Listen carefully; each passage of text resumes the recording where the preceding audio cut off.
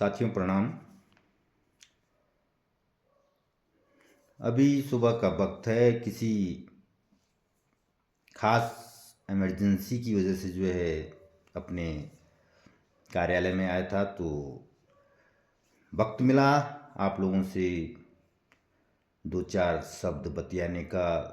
तो आपसे फिर मुखातिब हूँ साथियों। आज मैं बात करना चाहूँगा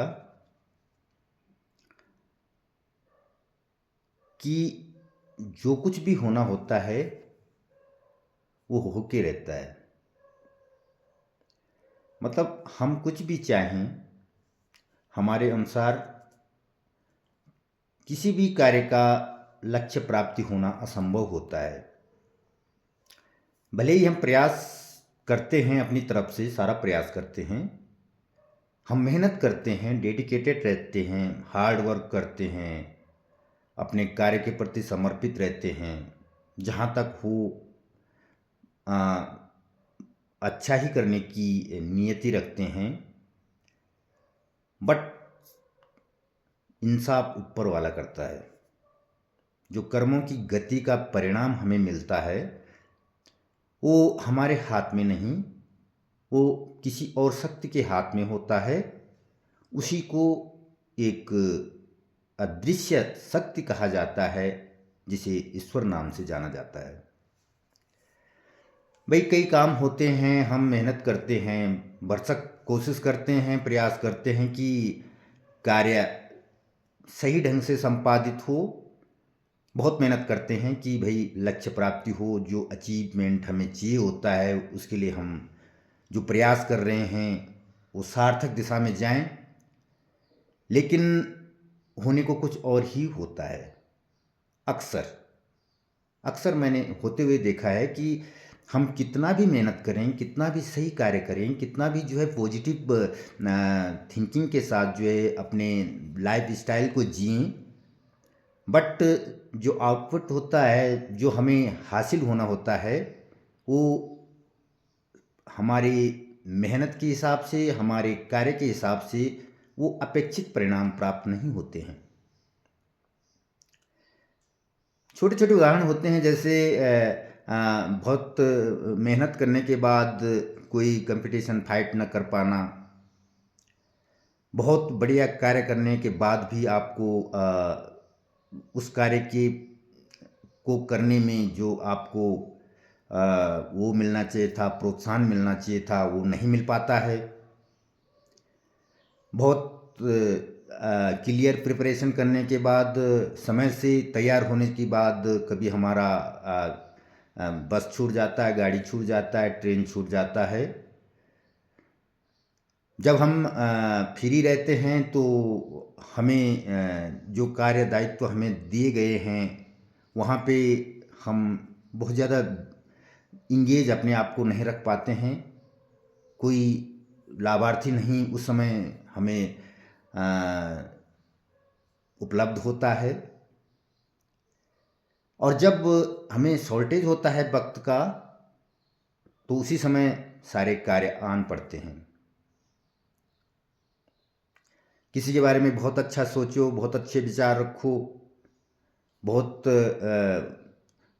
रिस्पेक्ट करो। अल्टीमेटली हम तो अपनी हिसाब से पूरा प्रयास कर रहे हैं रिस्पेक्ट करने की किसी की, लेकिन अमुक व्यक्ति या उस वह व्यक्ति जिसके प्रति हम रिस्पेक्ट बनाए हुए हैं, वो उस रिस्पेक्ट के स्तर को नहीं समझ पा रहा है और इग्नोर किए हुए है। कई और भी चीज़ें होती हैं जो हम भरसक कोशिश करते हैं सही करने का, लेकिन अंजाम अच्छा नहीं होता है। तो ये सब ऊपर वाले के भरोसे है। इसलिए हम कहते हैं कि भाई हमें सिर्फ कर्म करते रहना है, अच्छे कर्म करते रहना है, बाकी फल की इच्छा वो प्रभु हाथ में है। वो आपका लक है, आपकी किस्मत है, आपकी ग्रह चाल है, आपके जो वास्तु स्थितियां हैं वो निर्धारित करती हैं कि आपको उसका लाभ मिलता है या हानि। लेकिन अपने संतोष के लिए, आप अपने आत्मबल की जागृति के लिए हमें मर्यादित रूप से अपने कार्यों को तो गति देनी ही चाहिए। सिर्फ फल की परवाह करते हुए अपने कार्यों को संपादित करना भी मानवता का लक्षण नहीं हो सकता। तो कहने का सार ये है कि कर्म करते रहिएगा और फल की इच्छा ऊपर वाले के हाथ में है। हाँ, सत्य के साथ अपने कर्मों को गति देना आवश्यक है। सत्य को घुमा फिरा के ज़्यादा नहीं बोला जा सकता, ज़्यादा लपेटा नहीं जा सकता। सत्य दो टूक होता है। सत्य हम केवल इतना ही बोल सकते हैं कि भाई ये है, ये सत्य है, क्योंकि सत्य यदि हम रिपीट करेंगे तो बार बार एक ही चीज़ रिपीट होती है उसमें कि सत्य सत्य सत्य। हाँ, लंबी कहानियाँ, उपन्यास, स्टोरीज, सीरियल हम केवल झूठ पे बना सकते हैं। झूठ को आप लपेट लपेट के बारंबार, कई बार, कई रूपों में, कई क्षेत्रों में, अलग अलग दिशाओं में प्रदर्शित कर सकते हैं, बोल सकते हैं। लेकिन सत्य स्ट्रेट फॉरवर्ड होता है, उसको आप सीमित शब्दों में ही बखान कर सकते हैं, उसको ज़्यादा घुमाने फिराने की ज़रूरत नहीं है। सत्य स्वयं परिभाषित हो जाता है और वो दो टूक है। इसीलिए तो लोग असमंजस में रहते हैं कि यार ये सत्य है क्या चीज़। बिकॉज इसको ज़्यादा इसको स्टोरी नहीं बनाया जा सकता कि सत्य क्या है। सत्य सत्य ही है। और जो सार्थकता है, जो स्वाभिमान है, जो सौम्यता है, जो विनम्रता है, जो आदर, रिस्पेक्ट लाइफ स्टाइल में, लाइफ जीने के तरीकों में होती है, उसी को सत्य बोलते हैं। सत्य में सार्थकता और पॉजिटिविटी मीन्स कुछ ये चीज़ होती है कि दिखता है कि कुछ हुआ है, उसका इम्पैक्ट पड़ता है कम्युनिटी पे या किसी भी क्षेत्र में, किसी पर भी। झूठ ओनली ए स्टोरी होती है, उसको आप लच्छेदार रूप से बखान कर सकते हो। बहुत अच्छा लगता है झूठ का बखान करना, झूठ सुनने में बड़ा अच्छा भी लगता है, इंटरेस्टेड स्टोरीज बन जाती हैं झूठ पे। इसलिए लोग झूठ की तरफ ज़्यादा अट्रैक्ट होते हैं और सत्य को लगातार इग्नोर करते हैं, जहाँ तक आम तौर पे देखने को मिलता है। लेकिन कोई बात नहीं, चलता है, दुनिया गोल है, घूम फिर कर सत्य अंततः जिंदाबाद रहता है, सत्य की जीत होती है। और झूठ एक भटकती हुई आत्मा होती है, वो सदैव स्टोरीज ही बना सकती है, बाकी कुछ नहीं। सत्य के लिए बहुत ज़रूरी ये हो जाता है कि हम केवल अपने लिए नहीं जीते हैं।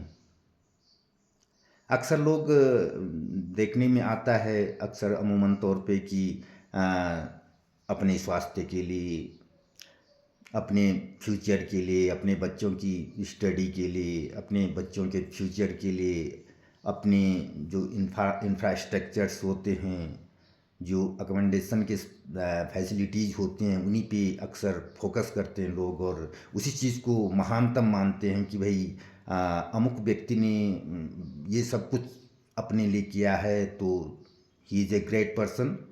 अक्सर ये देखने को मिलता है। लेकिन जितना ख्याल, जितना केयर हम स्वयं की, अपने हेल्थ की, अपने फैमिली की, अपने रिलेटिव्स की, अपने अकोमोडेशंस की, जो इंफ्रास्ट्रक्चर हम अपने आप को अचीव करने के लिए, मतलब किसी फैसिलिटी के लिए करते हैं, वही दूसरे के प्रति भी नज़रिया होना आवश्यक होता है। ये तभी संभव हो सकता है यदि हम अपने जो कार्यों को ईमानदारी से, लगन से और वफादारी के साथ कर रहे हों, तभी जो है दूसरे का सम्मान, दूसरे के पॉजिटिव लाइफ स्टाइल को बढ़ावा दे सकते हैं। नहीं तो केवल अपने पेट भरने वाली बात हो जाती है और स्वयं हम फल फूल तो जाते हैं, बट दूसरों को नहीं कुछ सपोर्ट कर पाते हैं। भाई कोई टीचिंग लाइन में है तो उनका कर्म बहुत बेहतरीन शिक्षा स्टूडेंट्स को देना होता है। कोई मेडिकल के प्रोफेशन में हैं तो उन सज्जन्स को अच्छी फैसिलिटीज जो नॉन रिएक्टिव फैसिलिटीज़ हों, जो नॉन साइड इफ़ेक्टिव फैसिलिटीज़ हों, वो पेशेंट्स को देनी चाहिए। अवेयरनेस और जो एजुकेशन इंफॉर्मेशन होती है हेल्थ की, उसको सही ढंग से जो है ट्रांसमिट करना चाहिए, ताकि सभी को जो है गुड हेल्थ मिले, सभी स्वस्थ रहें। कोई यदि डिफेंस फोर्सेस में हैं तो वो लोग ईमानदारी से अपनी सेवाओं को निभा रहे हैं, उनको तो सैल्यूट बनता ही है। और भी जो विभाग हैं, चाहे वो खाद्यान्न हो, चाहे वो हॉर्टिकल्चर हो, चाहे वो फॉरेस्ट डिपार्टमेंट हो, दुनिया भर के रेवेन्यू है, जितने भी डिपार्टमेंट हैं जो कम्युनिटी से रिलेटेड हैं, कम्युनिटी को बेनिफिट करने के लिए, सिक्योर करने के लिए, सपोर्ट करने के लिए बनाए गए हैं। तो सभी लोग यदि सभी का सहयोग करें तहे दिल से, सभी जो उनको कार्य करना चाहिए, जो फैसिलिटीज देनी चाहिए कम्युनिटी को, वो दें, तो क्यों नहीं डेवलपमेंट होगा। अरे डेवलपमेंट के लिए पहले आपसी प्यार, प्रेम, सौहार्द और जो है सपोर्टिव नेचर होना अति आवश्यक होता है, तब जाके डेवलपमेंट का इश्यू जो है सॉल्व किया जा सकता है। हम नफरतों में जी रहे हैं, एक दूसरे का सम्मान नहीं कर पा रहे हैं, एक दूसरे को देख नहीं पा रहे हैं, केवल ईर्ष्या, जलन, द्वेष भाव के साथ जीवन जी रहे हैं, तो कैसे डेवलपमेंट हो पाएगा? कैसे एक आदर्श कम्युनिटी का फॉर्मेशन हो पाएगा? मिल के रह के और सभी का सपोर्ट करते हुए अपनी जिम्मेदारियों को बखूबी निभाना, सत्यता के साथ, यही जीवन आपको एक आदर्श जीवन और आदर्श समाज के साथ आदर्श विकास का परिचायक बनेगा। अतः सभी का सम्मान, सभी की रिस्पेक्ट और अपने कार्यों को गति देते हुए बाकी फल की इच्छा उस प्रभु के हाथ में छोड़ दें। उनकी इच्छा है, हमारी मेहनत पे किस ढंग का वो रिजल्ट देते हैं, वो सब प्रभु के हाथ में है। वो सब किस्मत की बात है। हम भरपूर और भरसक प्रयास करते हैं कि भाई काम अच्छा ही हो, अच्छा ही काम गतिशील रहे, अच्छी सोच के साथ, अच्छी मेहनत के साथ, डेडिकेटेड हो कि बहुत ही ईमानदारी से कार्य किया जाए, यही उद्देश्य होना चाहिए। बाकी फल कुछ भी मिले वो स्वीकार्य होना चाहिए सभी को, और है ही, किसी के हाथ की बात नहीं है। लकली जिसको जो मिलना होता है वही होना होता है। Thank you very much. प्रणाम इंडिया।